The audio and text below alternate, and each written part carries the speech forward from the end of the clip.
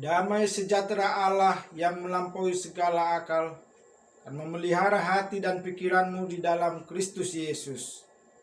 Amin.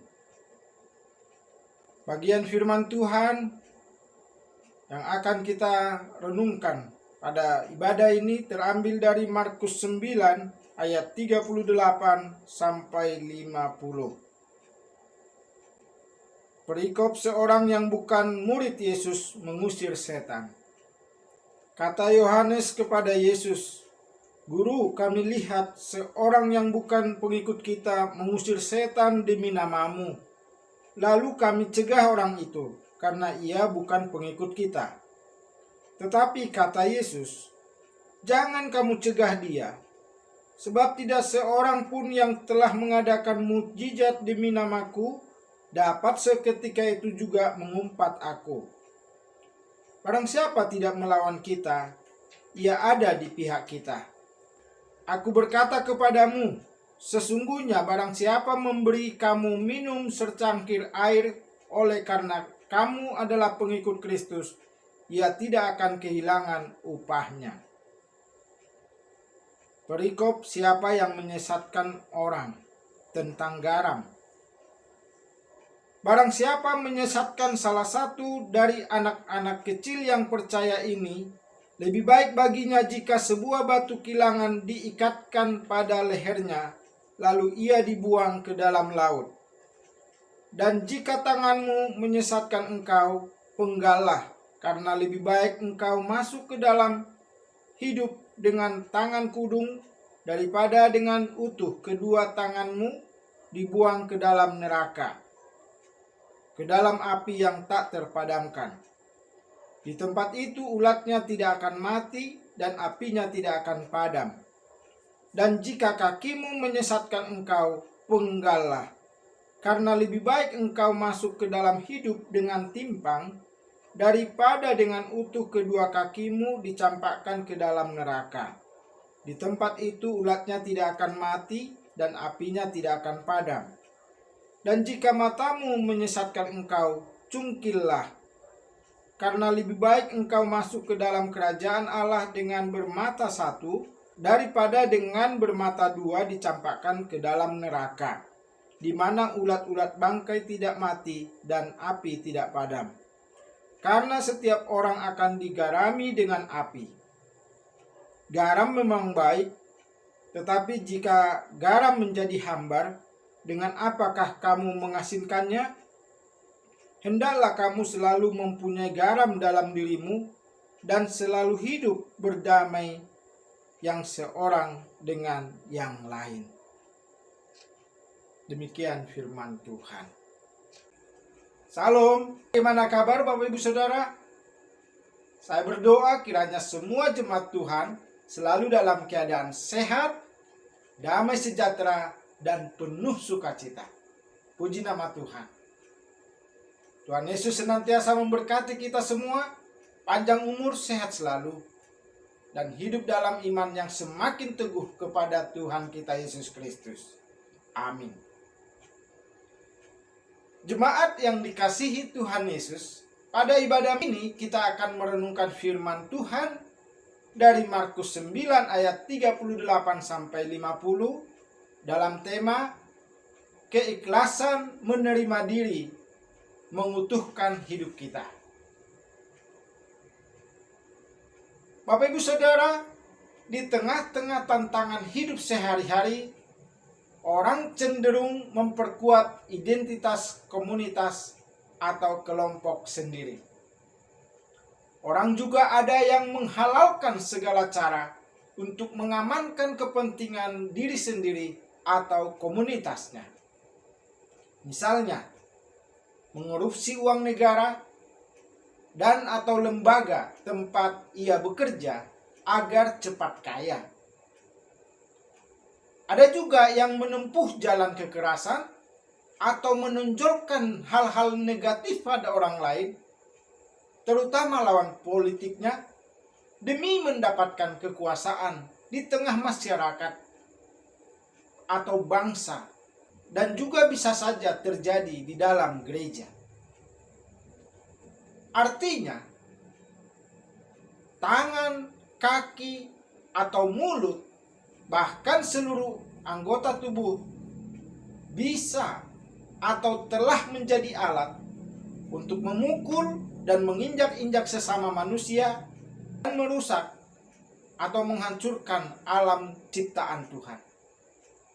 Padahal seluruh anggota tubuh kita secara utuh diciptakan oleh Tuhan dengan tujuan mulia, yakni menjadi alat untuk melayani kemanusiaan dan merawat alam sekitar kita. Bapak Ibu Saudara yang dikasihi Tuhan, mengapa hal itu terjadi? Karena seseorang atau suatu komunitas tidak ikhlas menerima diri apa adanya. Seseorang atau komunitas tersebut selalu membanding-bandingkan dirinya dengan orang lain atau komunitas lainnya. Bahayanya, orang-orang seperti itu tidak mampu melihat karya Roh Kudus di luar dirinya. Akibatnya, mereka tidak dapat mengapresiasi atau menghargai orang lain atau komunitas lain. Kuasa Allah yang mengubahkan ingin diadopsi atau diklaim sebagai miliknya sendiri atau milik komunitas tersebut. Kalau kuasa Tuhan dirasakan oleh orang lain, dia tidak bisa terima. Bapak Ibu Saudara yang dikasihi Tuhan, pada nas bacaan kita dalam Markus 9 ayat 38 sampai 50, Tuhan Yesus melihat hal seperti itu terjadi dalam diri para murid. Tuhan Yesus melihat adanya hal mengklaim atau bisa disebut sebagai fanatisme sempit dari para murid. Murid Tuhan Yesus tidak ikhlas jika suatu kuasa transformatif dari Allah atau kuasa Tuhan yang mengubahkan, yang ajaib itu terjadi di luar komunitas kelompok mereka. Mereka tidak menyadari bahwa mereka sedang berupaya mempersempit kuasa Allah hanya bagi kepentingan mereka saja. Kuasa Allah hanya untuk keselamatan bangsa mereka sendiri. Mereka berpikir bahwa Allah berkarya hanya melalui mereka dan untuk keselamatan atau kebanggaan mereka. Bapak Ibu Saudara yang dikasihi Tuhan, untuk menyikapi sikap naif dan picik para murid, Tuhan Yesus mengingatkan agar mereka ikhlas menerima diri mereka.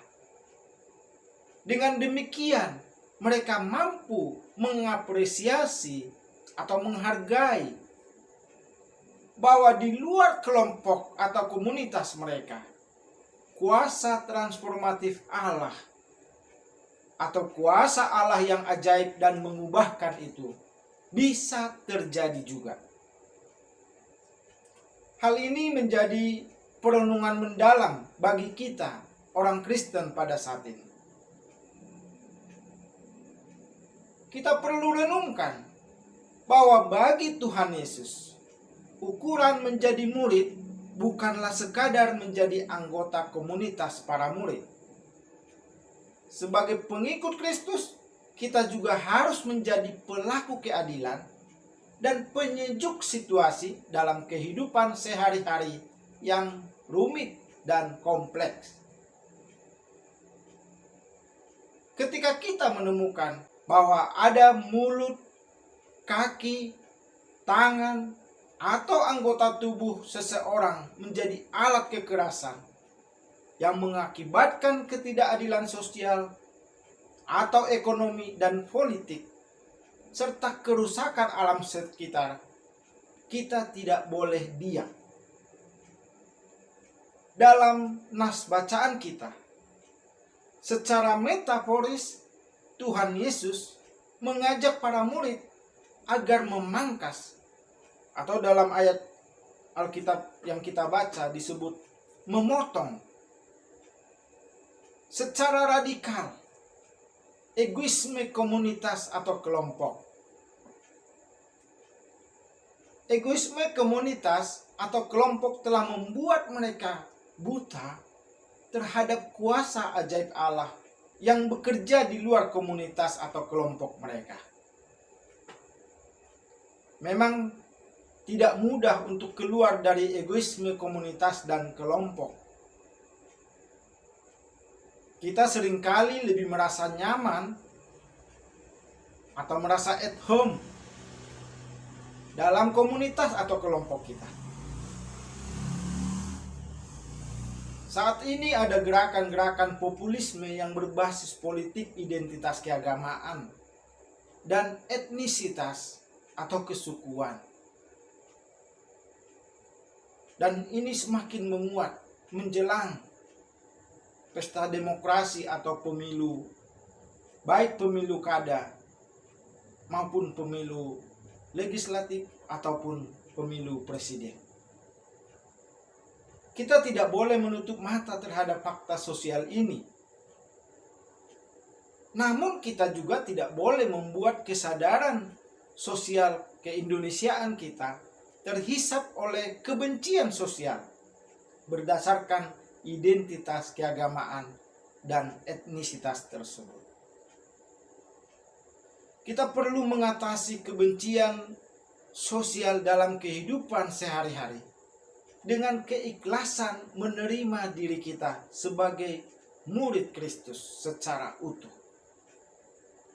Dengan demikian, kita akan mengalami keutuhan hidup sebagai murid Kristus, sekaligus sebagai warga masyarakat yang pantang menyerah memperjuangkan keadilan dan kedamaian dalam kehidupan sehari-hari. Demikianlah kita menjadi pelaku hukum Taurat yang sejati, yaitu yang melakukan keadilan dan mewujudkan kedamaian dalam kehidupan sekalipun dalam situasi yang sulit. Bapak Ibu Saudara yang dikasihi Tuhan Yesus, meraih keutuhan identitas hidup tidaklah gampang. Apalagi bagi kita atau orang-orang yang sering kali menjadi korban. Namun bukan berarti sesuatu yang tidak mungkin terwujud. Surat pastoral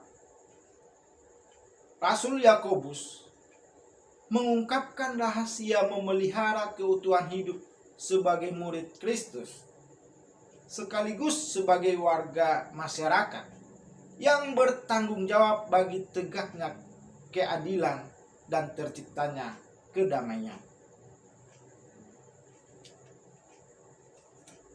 Yakobus 5 ayat 13-14 berbunyi, "Kalau ada seorang di antara kamu yang menderita, baiklah ia berdoa. Kalau ada seorang yang bergembira, baiklah ia menyanyi. Kalau ada seorang di antara kamu yang sakit, baiklah ia memanggil para penatua jemaat, supaya mereka mendoakan dia, serta mengolesnya dengan minyak dalam nama Tuhan." Nas firman Tuhan ini dapat menjadi nyata sebagai pengalaman bersama komunitas, baik yang seiman maupun yang beda iman, untuk mengusahakan keadilan dalam bentuk saling melayani dalam situasi sulit. Disampaikan bahwa doa adalah satu unsur mutlak yang harus ada dan menjadi gaya hidup dalam kehidupan orang Kristen. Menurut Yakobus, apabila orang Kristen sedang mengalami kesusahan, baiklah dia berdoa. Dan kalau dia sedang bergembira, baiklah ia menyanyi. Dan kalau dia sedang sakit, hendaklah memanggil para tua-tua untuk mendoakannya. Jadi menurut Yakobus, orang Kristen harus tetap berdoa dalam keadaan apapun, baik pada waktu menderita, waktu bergembira, atau saat sedang sakit.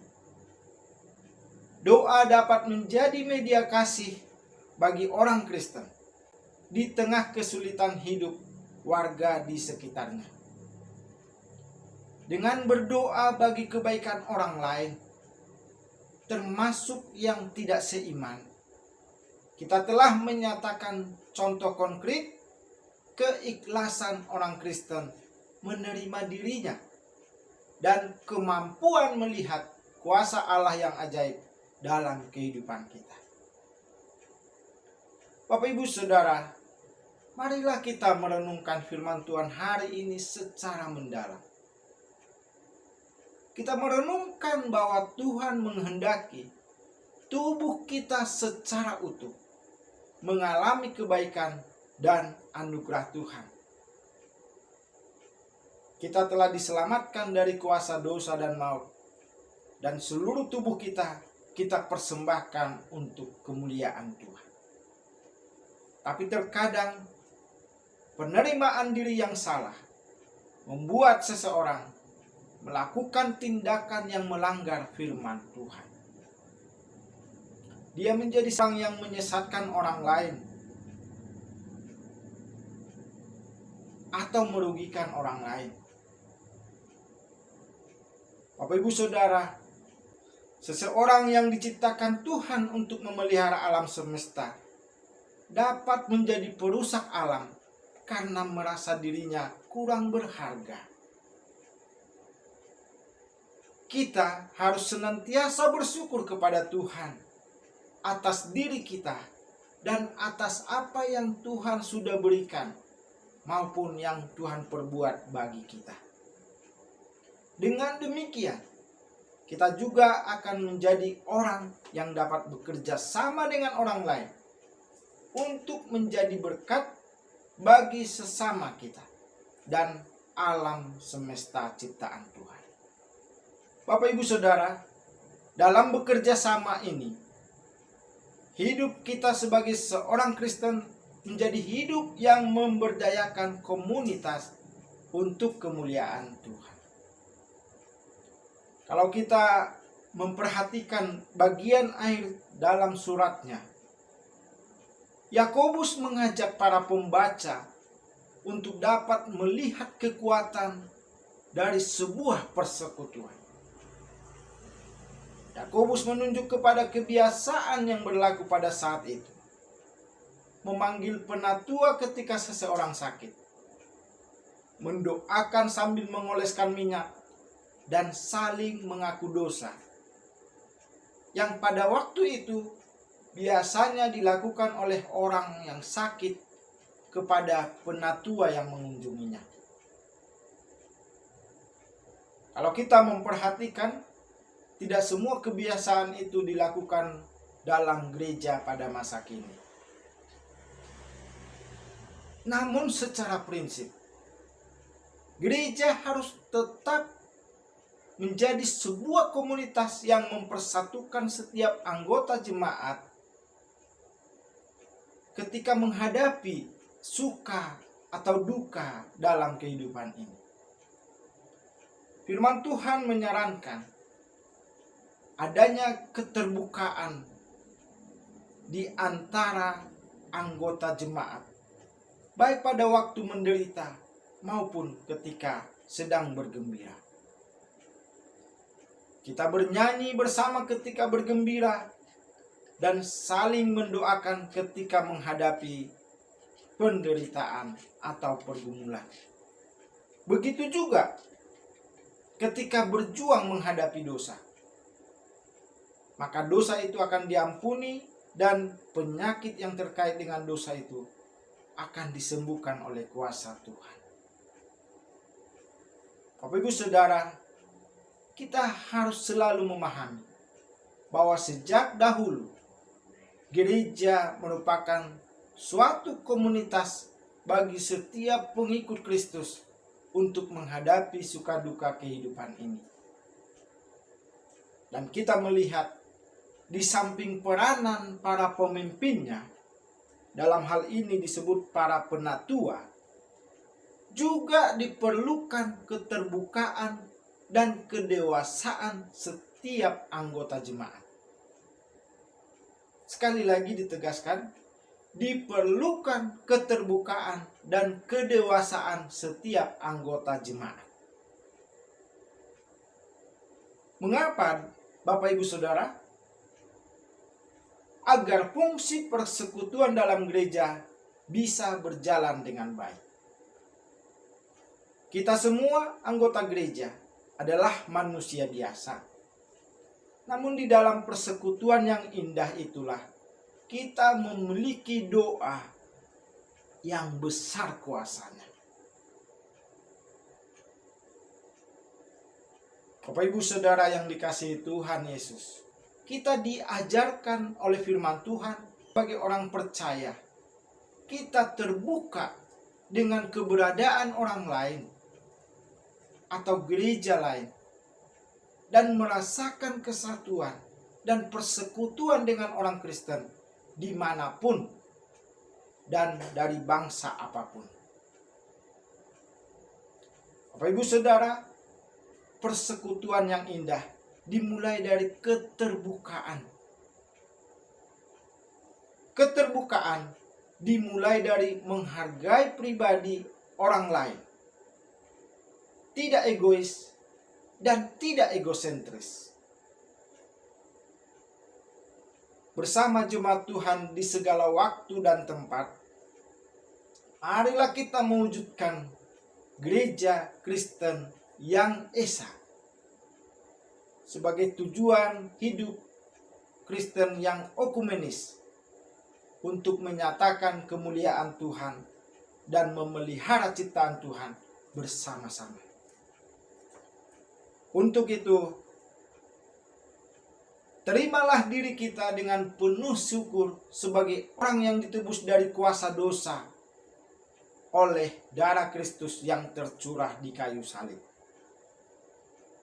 Dan marilah kita memakai seluruh anggota tubuh kita dan hidup kita seluruhnya sesuai dengan rencana Tuhan.